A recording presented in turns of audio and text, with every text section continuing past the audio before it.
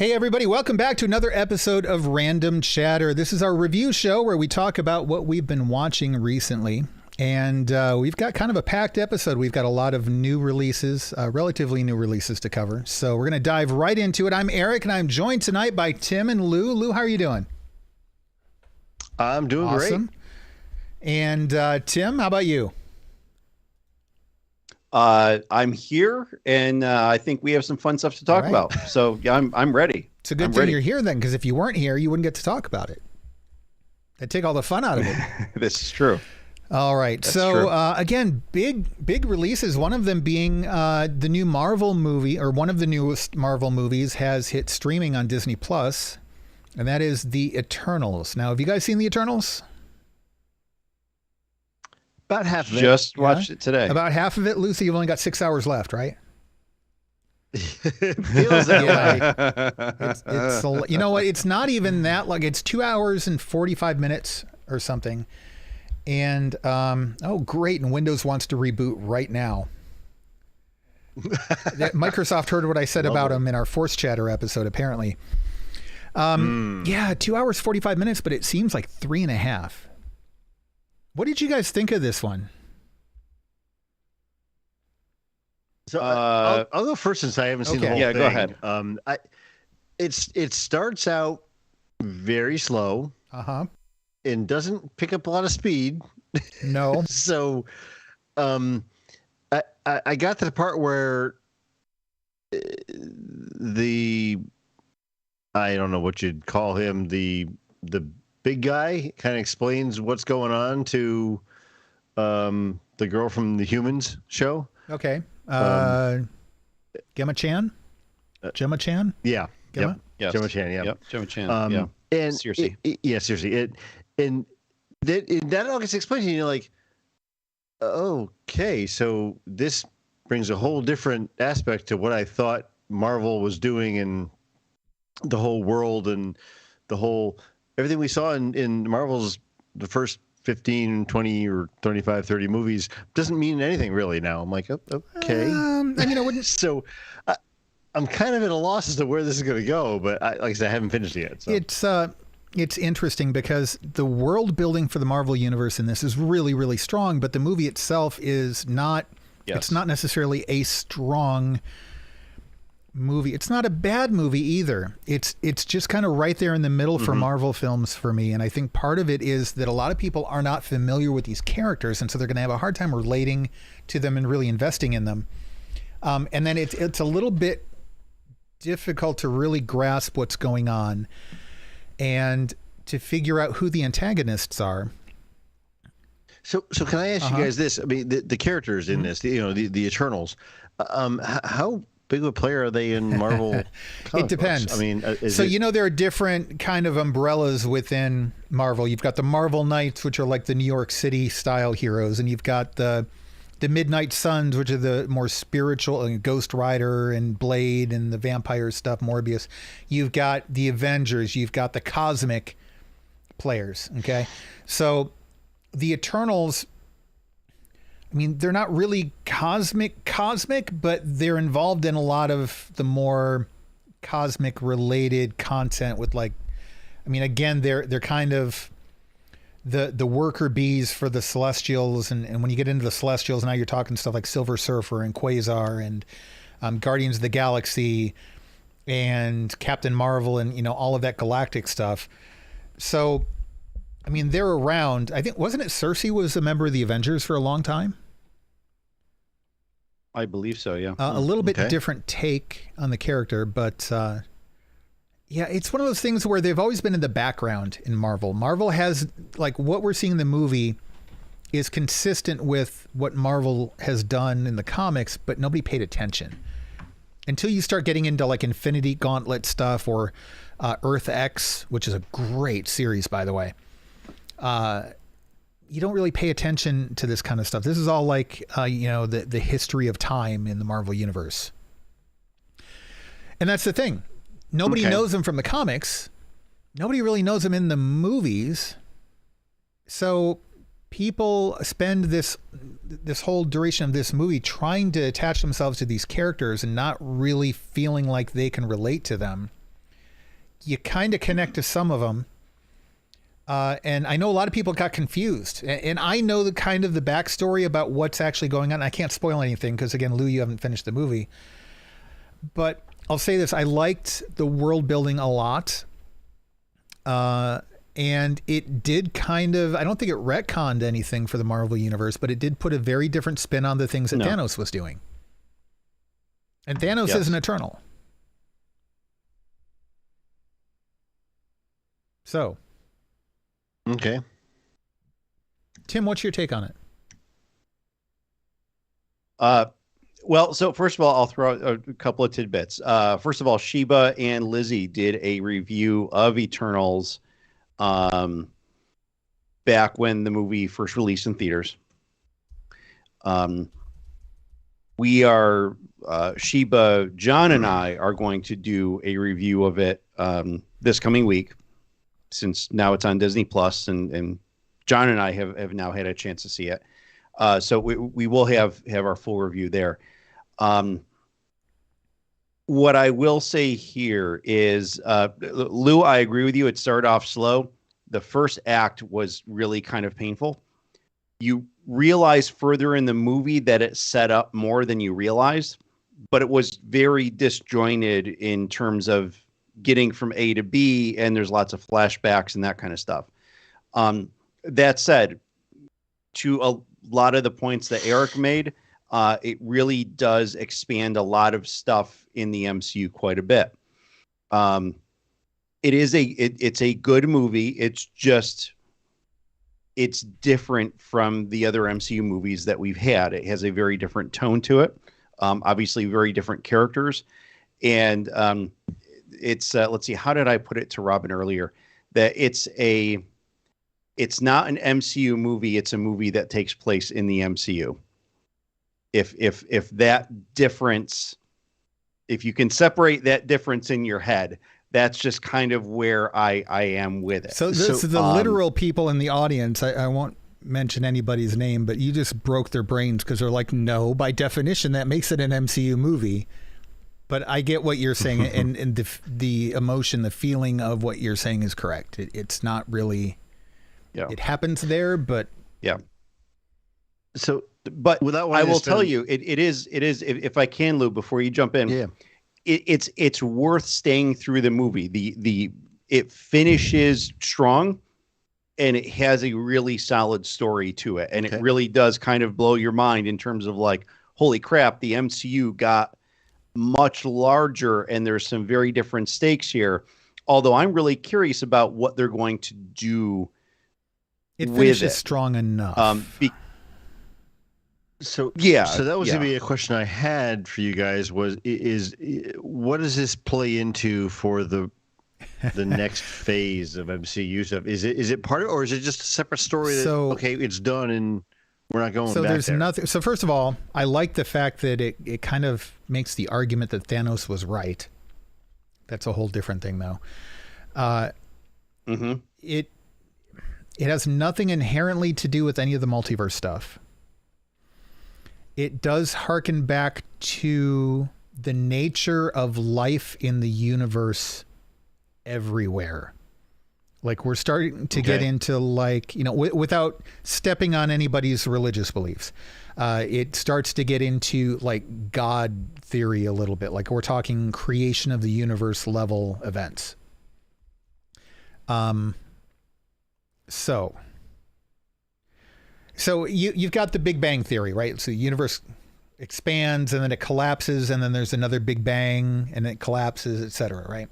So in the Marvel universe, there are only a few characters who have survived from the previous universe. If I recall correctly, the Celestials are included in that. The Celestials, I think Galactus, and then some of the more conceptual characters like Order and Chaos and Eternity and Death and things like that. But so we're talking that level of stuff. So how does it fit in with the rest of the MCU? Nothing inherently about the multiverse.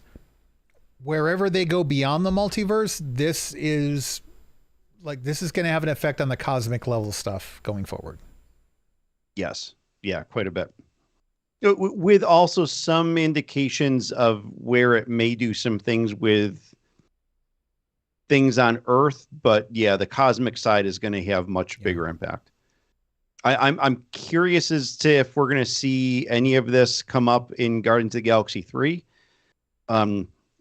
There is a comic Guardians character that appears in the mid credits that people have been waiting for, and I'm wondering if that character is going to show in. I guess Guardians. I stopped reading Guardians before that character must have been involved with them. I know the one character who has been involved in Adam Warlock and the Infinity Watch, but of which Gamora was one of them. Well, I think. same. Yes, Okay. same character. Yeah. Now we're speaking in code. Okay, well, we should move on. So next up is a recent, not too old a theatrical release and a recent streaming release. Now, I think this one is still currently on, I guess what we're still calling pay-per-view. So Amazon Prime Video, iTunes, like you still have to pay to watch it. That is Ghostbusters $20 Afterlife. Have either of you seen this yet? Yes. Have I have watched it a not. couple times. I'm gonna watch it tomorrow night because we're doing it on Movie Chatter this week. Tuesday night, I'm 8:30 definitely- p.m. Eastern. Yep. Yes. All right. Tim, tell us about Ghostbusters Afterlife. I had some very mixed expectations with this movie because it's one of those things that, okay, it Ghostbusters is a title that holds a lot of nostalgia. But they, several years ago when they came out with a Ghostbusters movie that just really didn't do it for me, that had me, not being very confident about this production. And it goes back to the question Lou always asks. Watching, did we need this sequel? Like, was this really what we needed? Right. This sequel was amazing. It really truly was. It has such a strong reflection back to the original movie in so many ways, and it is perfectly done. I mean, the execution of it is great. It's respectfully done.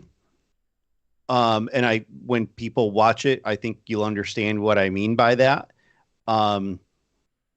It's fantastic. I mean, if you are a fan of the original Ghostbusters movie, watch Ghostbusters Afterlife. It is a sequel that is, it's good. It's good. And even after so many years, it's just this great reflection on the original. Yeah, I agree completely with that. I'm going to save a lot of my comments for when we do Movie Chatter on Tuesday night, but I will say that the one thing I'll point out to people who haven't seen it yet, it's not a comedy. There are some funny moments, but it is not inherently a comedy. It's more of, and it's not a horror either. Maybe a thriller, adventure thriller. Yeah, I would say adventure thriller. I mean, there's and this is interesting. So when you first watched this, Eric, you went to the theater to see it, and your report back on it on this show was, well, it's not a comedy, and that was another thing that I raised an eyebrow. I don't want to see it then. What do you mean it's not a comedy? The original Ghostbusters is one of the best of comedy. The 80s. Yeah. And you're right. This movie is not a comedy. It's funny, but it's not a comedy. And that turns a lot of people off right out of the gate. Yeah, I mean, this is a pretty straight shooting movie. And yeah, there's thriller aspects to it. There's a mystery to be solved in the whole thing. There is it's more adventure-y than action-y, because it's more about the full story and not individual moments. Yeah, it's good. It's really good. I definitely recommend it. I would as well. If you're on the fence about it, I'd say go for it. Yeah. Okay, I'm looking forward to watching it. All right, next up, just prior to Christmas, HBO Max released Matrix Resurrections. It was also in theaters. Lou, I know you've seen this. This is another one we're going to be covering very soon on Movie Chatter because it's going to be leaving HBO Max pretty soon too. So we gotta hurry up and cover that. I hate the way they do that. Not a fan either. Though I think this is going to be the last of the films they do that with. Now that we're in 2022, I don't think they're doing the same day and date release anymore. Tim, have you seen Matrix Resurrections? You have not, correct? Have not, and I got to get in there before we get to the finish line. So get in there quick, and then all of these other good movies are going to look a lot better. I was not a fan. Listen. Wow. See, I really like this. I thought this was this. Well, I shouldn't say nostalgic, but it was in keeping with the first Matrix movie. And paid homage to that and made me feel all warm and fuzzy about the first movie again. And I'll say this, I don't think the ending was great. I agree. But otherwise, I thought it was See, to me, wonderful. I did not feel it kept with the first movie because to me, the first movie involved a lot of deeper themes and some philosophical ideas and things like that. And I really felt like in this one, all of that was lost. I also felt like there wasn't really a story, but we'll talk it in more detail on Movie Chatter. Definitely, because I think this is going to be one of those where it's going to be fun. These are my favorite episodes of Movie Chatter because you got someone who really liked it and really didn't like it, and we get to kind of, put the gloves on. And I'm sure we're both going to have points that we both agree on. Why I liked it and why you didn't like it, and we'll meet in the middle somewhere. And it's just one of those movies that is divisive. It's going to be divisive. I'll say, I did get the spoilers for it, almost the whole movie in advance. A lot of details missed, but the main points, I don't know, back in the spring of last year. And I said, I hope this is fake. I hope that this is not a real leak, because if it is, this is like the worst story concept possible. And it was true. Like it was, the leaker got it right.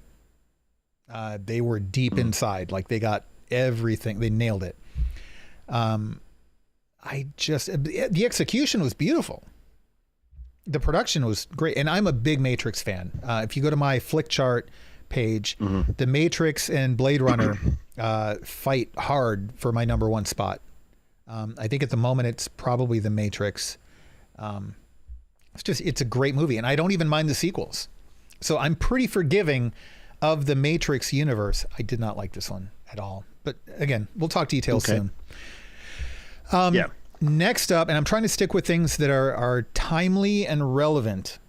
So there was a big release on Netflix recently called Don't Look Up. I know you said that neither of you have gotten a chance to see it yet. This is the one with Jennifer Lawrence, Leonardo DiCaprio, various other people. I'd completely forgotten about it, to be honest. And I wasn't going to watch it until I saw the trailer, and then somebody in Discord said something about it. I thought, okay, well, maybe I'll watch it then. It was interesting. So the concept is some astronomers discovered that there is this massive comet that is going to hit Earth in, I don't know, like a month and a half or something. And like, that's it. There's 0% chance that it will not hit Earth. So they go tell the president. The president's up for re-election soon. It's like, well, are you saying there's 0% chance? Well, not literally zero, because scientists don't ever literally say zero, but it's like, it's 99.9998% certain it's hitting Earth. Oh, okay. So there's a chance it might not. Well, no, that's not what we're saying. We're saying it's going to hit Earth. Yeah, but, I think that maybe we should just kind of wait and see what happens. And so it's very much about this battle between science and politics. And it's, wow, that's timely. So I will say this, it's painful to watch because it's timely. It's painful to watch because it is brilliantly written. It's painful to watch because the actors, the delivery of all the scenes and stuff, very believable. the scenario very believable. Like, I can watch horror movies, don't faze me at all. I watched this and I was like laying in bed afterwards, like kind of like I felt weird. I almost felt like traumatized. Like I started wondering, wait a minute, that was just a movie, right? That was just a movie, right? That's not actually going to happen, right? And then, oh crap, except if it does happen, that's how it'll happen. And we're not going to know until, but like the direction they took, some of the different twists and turns throughout the story was just incredible. It's a tough movie to watch given, today, but it's a really good movie. It's really good. Like you got to watch it. It's okay. It's one of those movies where after you watch it, you're going to talk to somebody about it, and it's going to be a long conversation, and it's going to be an interesting conversation, and hopefully a civil one. It's good though. So I'll leave it at that. All right. It's like I want to cover it on Movie Chatter. There's so much to discuss about this movie. There's so much. Okay. Would you call this a disaster movie? Yeah. Okay. All right. I'm in. Pretty much every disaster movie I've seen is bad, so I'm interested because it's one of those things. I'm obviously very jaded by my profession because Hollywood gets it wrong every time, right. And I understand why, because inherently all the stuff that we do in the background for disaster work is freaking boring.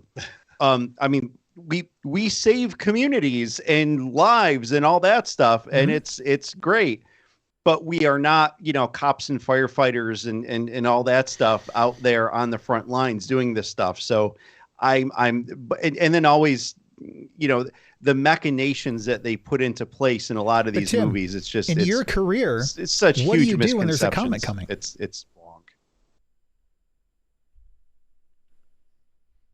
The same thing that we would do in any other disaster. We're talking extinction level event. If it hits the Earth, we're done. Like there's no recovery. There's no after action reports. It's done. Like the Earth ends on that day. Chances are in the slight chance that it's not going to end the entire population, we are still going to do the preparations that we normally would do in terms of from an emergency management perspective. Not so much covered in detail in this movie. Now that said, people who do disaster management are not NASA or the military or that kind of stuff, and they're going to be figuring out the what was the movie where they went out in space and tried to blow up the asteroid? Yes, Armageddon. I refuse to. Don't. That's not the stuff that we would do. We would deal with, okay, if this does happen, what are the consequences of it, and how do we address that? But specific to your career field, so I would say that the way the social media and the PR information is being handled, the public information, I would say that is something that you might find interesting. And keep in mind, though, this movie is a dark comedy. Like, it's not trying to be accurate. Yeah. Oh, really? It's like, and I take the word comedy loosely. Jonah Hill plays the chief of staff at the White House. Gosh. Okay. And that's awesome. Is the president's son. The president's played by Meryl Streep, I think. And it's her son. Okay. All right. Yeah. So it's a dark comedy that's the realistic parts are the frightening parts, not so much the logistical parts. I was going to say there's some satire here of real life that watch it and let me know. Yeah. Okay. All right. I want to discuss it. So I want to do a full length review somewhere, Movie Chatter or wherever else, maybe a special on Random Chatter or something. But moving on, Lou, are you caught up on BattleBots this season? Oh, I am. Awesome. Yes. I know Tim is. Yes. Tim's the one that told me when it was coming back on because I almost missed it. And I have only one comment. And Tim was only going to say there is no need for Rusty to be in the competition at all. My comment is there has been so much fire. Right? Yeah. So much fire. One of the good. rounds It's good. didn't have any Oh fire my in it. gosh. One of the matches. Yeah, it's been a lot of fire. I think just one, one. yeah. Rusty? He's giving teams an easy win. It's like he's never going to win a bout. I mean, he has cute, won before, sure, Lou. but he's not going to win it again. There's no way. He's just, his weapon was He's won more ineffectual. than once. He can barely move. He can barely move around the park. No, he's very much the type of bot who you go in and hammer on until your hammer breaks. And if your hammer breaks, he wins. True. Yeah. I want to see a bot just tear him apart. I want to see him just not be able to think even it be happened. rebuilt. That would be Yeah. entertaining. That'd be entertaining. Rusty is the Porg of BattleBots. I was going to say he's the Gungan. But so far, I mean, there's been some incredible upgrades from some of these builders, and they've more devastating weapons, and it's just there is some carnage, some absolute carnage going on, which is fantastic. That was a cap. Yeah, sorry. It is really cool. Kind of reflecting on what Lou said with the upgrades, like watching some of these bots season for season and seeing like between seasons how they evolve them, and what they learn from fighting. And wow, this is a thing that breaks all the time. So if that breaks all the time, how do we keep it from breaking? Do we change the material? Do we maybe it only had one drive chain, and so we need to add another? Right. Or something was too heavy, or something was too light, or the weight was imbalanced, or whatever. So like these first matches are really cool because of the interviews that we're getting with the builders. And they're talking about, that, hey, these are the things that we learned from last season because this just didn't go well. Right. So it's really cool to see what they're doing. And I think it's fascinating. And now this is my second season of really, really watching, not just, oh yeah, so I'll have it in the background type thing. This is my second season of really paying attention. And I find it amazing that some of these better builders, or what I consider the better builders, will radically change and alter their bot depending on who they're fighting. Yeah. And not Some just of them difference are in weapon, very but modular. difference in Yeah. It's not just the weapon. It's also what kind of armor they put on, what they're doing for, ground engagement stuff. And it's just like, wow, there's some pretty cool thought processes going on here. Yeah. I was, by the way, about a week and a half ago. It was a brief chat, but I did chat with Farouk. He did say hi to you guys and to all of our listeners. He's just really excited that the season is up because obviously they've already recorded the whole thing. And he really likes their new home in Vegas. Obviously, they changed the battle box a little bit too. And hopefully we'll have Farouk on at some point again. Oh yeah, great guest. What a great guy. All right, we have a few other new items here. We're gonna get to some of the movie things here in just a minute, but Return to Hogwarts, a special covering some anniversary of Harry Potter. What, the 50th anniversary, 75th anniversary, something? I don't know. 20th, that's what I meant. 20th. Yes. So I'm not like a huge Harry Potter fan. I never read the books because I can't get into fantasy books that much. I'll watch the movies, and I love the movies. They're good movies. I've seen most of them multiple times. And I love the escapism and the creativity of the directors and they're just so good. They're so well done. But I wouldn't call myself a big Harry Potter fan or anything. Now, that being said, I've not finished this special. I'm maybe halfway through it. It's long too, like 2 hours and something, I think. I think it's around 2 hours. Yeah. So I'm about halfway through it. I still have to finish it. Tim, you've not seen it yet? Okay, but Luke, not yet, no. And I am a Harry Potter fan, so I do plan on seeing it. It just haven't had a chance yet. Lou, you've seen the whole thing though, yes? I have. And like you, I'm not a huge Harry Potter fan. I mean, I like the movies. I've never read the books, but I appreciate what's going on there. And I thought this documentary was very well done. It brings back nostalgia for the characters when they were younger, and kind of shows it's kind of showing them growing up in these roles, because they did. I mean, I don't know how long it took them to film all the movies, 8 years, maybe 9 years, something like that. So.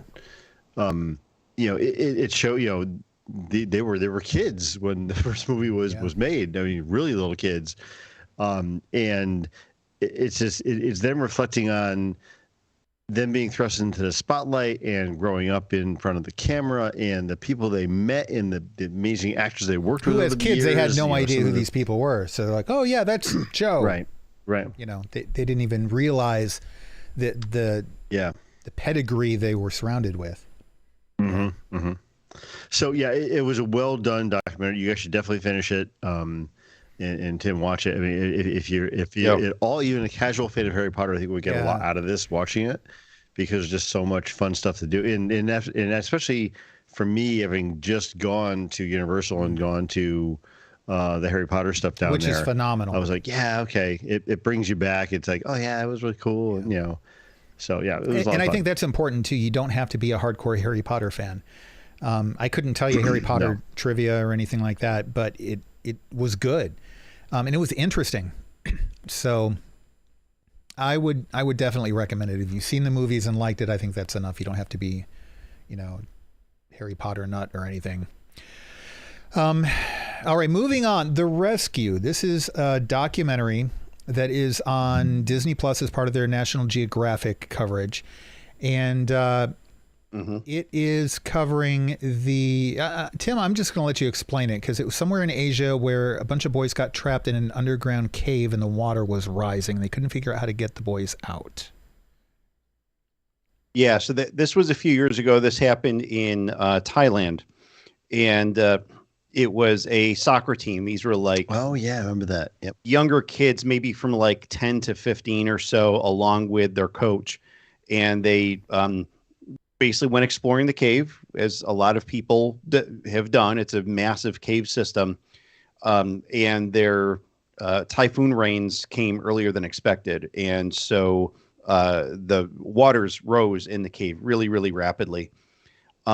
This is speaking of things which are within my profession, even though much of the focus of this was on a lot of the individuals, the rescuers and the tactics and that kind of stuff, there was some reflection on kind of some of the broader emergency management things. And like right at the very end, they're like, 200 people were directly involved in the rescue, but 5,000 people were behind them handling the logistics of the whole thing. And that's kind of, that's the kind of stuff that I've been doing for a long time.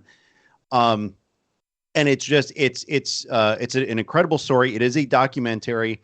So there is actual, camera footage, a lot of camera footage actually, from the whole incident. And it took them like almost 2 weeks to rescue these kids, which was just like, I mean, at 2 weeks, you're thinking, oh my God, there's no way they could still be alive. I mean, it was almost, I think, 10 days before they finally made contact with them. And, these kids were starving. The first thing they asked for was food. So it just like really heartbreaking, really compelling, and very emotional. The whole thing, especially with a lot of the different rescuers, and some of the rescuers were like, they got to a point, and these are like pro cave divers, that they got to a point, they're like, it's not possible. We cannot get them out. There's too much water. These kids are, well, not only that too, but they have to dive. We can't get them underwater without freaking out, because they've never been diving. The current is too fast. It's too far. It's not going to happen. They had to, and they're like, no, we can't and everything do it. Was too. I mean, so I remember in the news at one point they were talking about it's not an issue of can we get them out. It's an issue of how many will we lose. Like it's. Yes. It was. Yeah, I remember. So I'm only like. I'm about 5 minutes into the documentary because I realized, okay, I need to stop multitasking because this is a lot of subtitles because it was in Thailand. And I know I'm so interested in this. I don't want to just have it on in the background and miss anything. Documentaries, a lot of times, if it's a bunch of people talking, I'm okay multitasking. Because I can hear what they're talking. You don't need to watch somebody as they just sit and talk. He says as he's doing a video podcast on YouTube. But subtitles, you do have to kind of sit and watch. But I remember the news at the time talking about, like, they got to the kids. I think they got them food and stuff, but they were just trying to figure out how do we actually get them safely out of the cave. Plus, the divers were at risk too.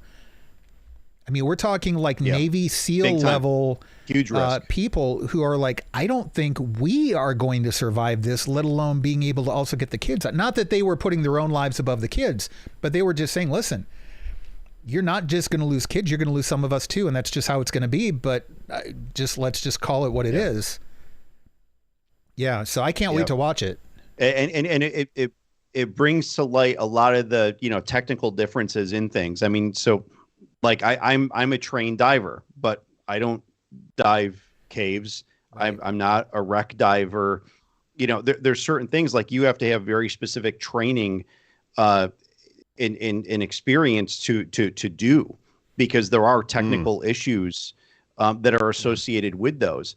And so, like you said, Eric, I mean, these Navy SEAL divers, they've never done caves before.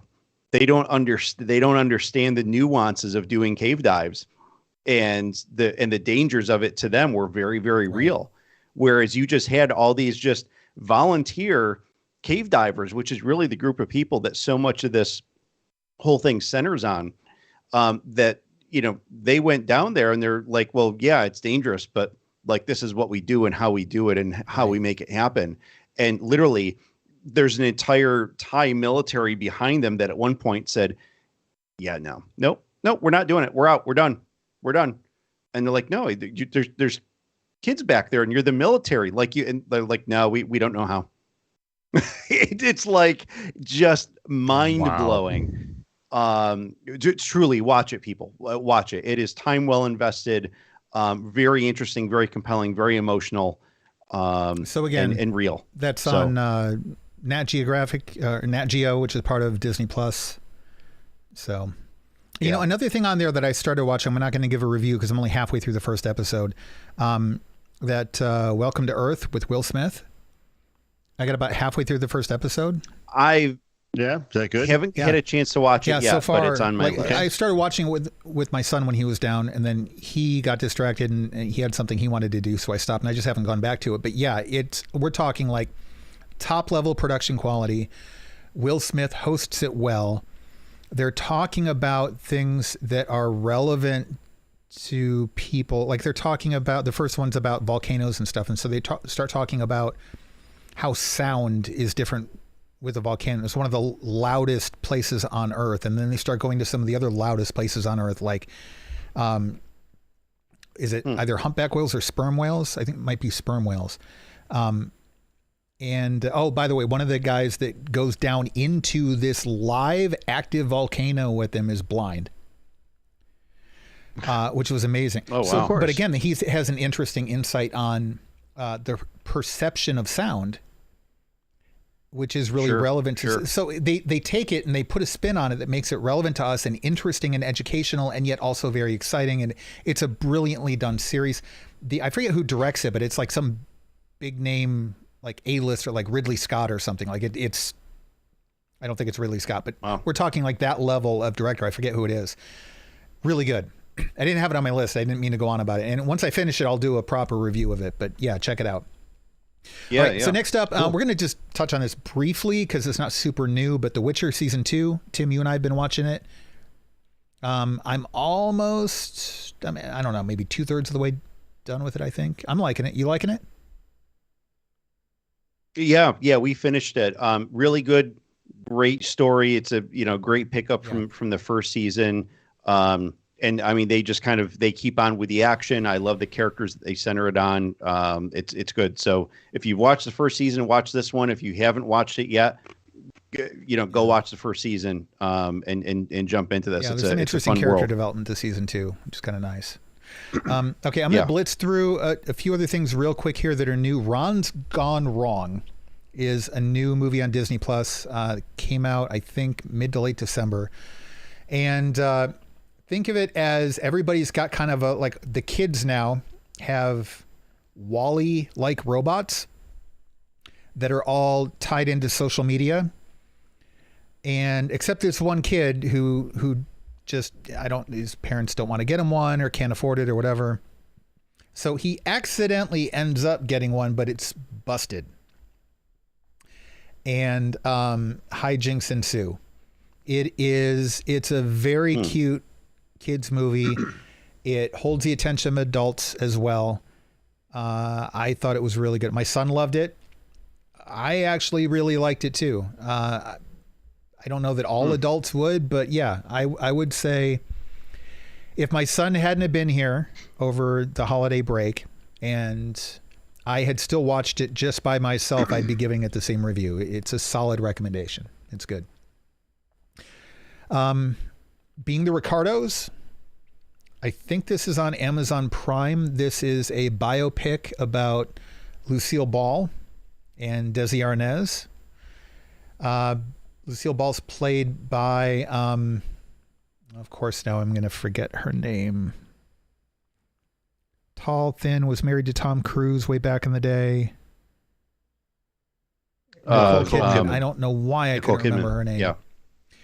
Javier Bardem, I think, plays Ricky, Desi Arnaz. Yeah. It was really good.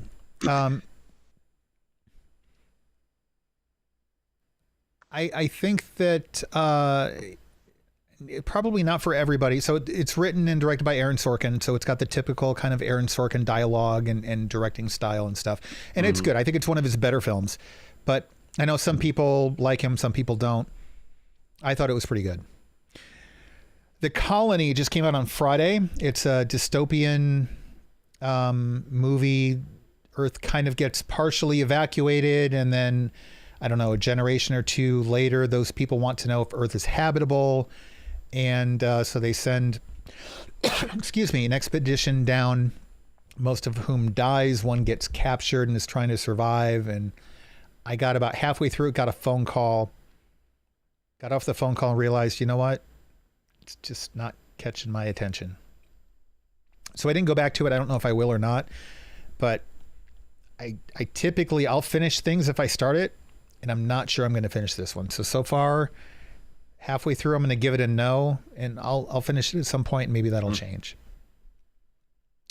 Okay. And, Encanto. I actually forgot to put this on the list. Did either of you guys watch that? That's the new Pixar film. No? Not yet. I have not. A good friend of mine, her and her kids have probably watched it like 4,000 times. She said it's really good. Her kids absolutely love it. Apparently a great movie. And I think it is still the #1 movie on Disney Plus right now. Like ever since it came out, it has held as the #1 in the number one spot for Disney Plus. It's really good. It's funny because, so we all have VR headsets. You two just got yours recently, and we've been talking Beat Saber a lot. And there are ways you can download your own custom songs to Beat Saber, so you can get like anything that's not part of their catalog. And every time I go through searching for Beat Saber videos on YouTube, there are, I think, 2 songs from Encanto that pop up constantly. This is a big movie and people really like it. I liked it. Like it was, for not really being my type of movie, I liked it better than I expected to. And it's definitely like top quality movie. It's well written. All the voice acting is good. The songs are good. The story is good. Like I have not a bad thing to say about this movie. Yeah. Good. Yeah. And then finally, season 3 of Lost in Space. I'm still on season 2, but are you guys caught up? I watched the first episode of season 3.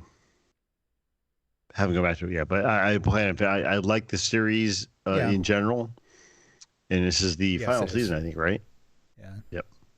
We are almost done with the season. This is the best season of the entire series. Season 1 was great. A lot of season 2 was a snoozer.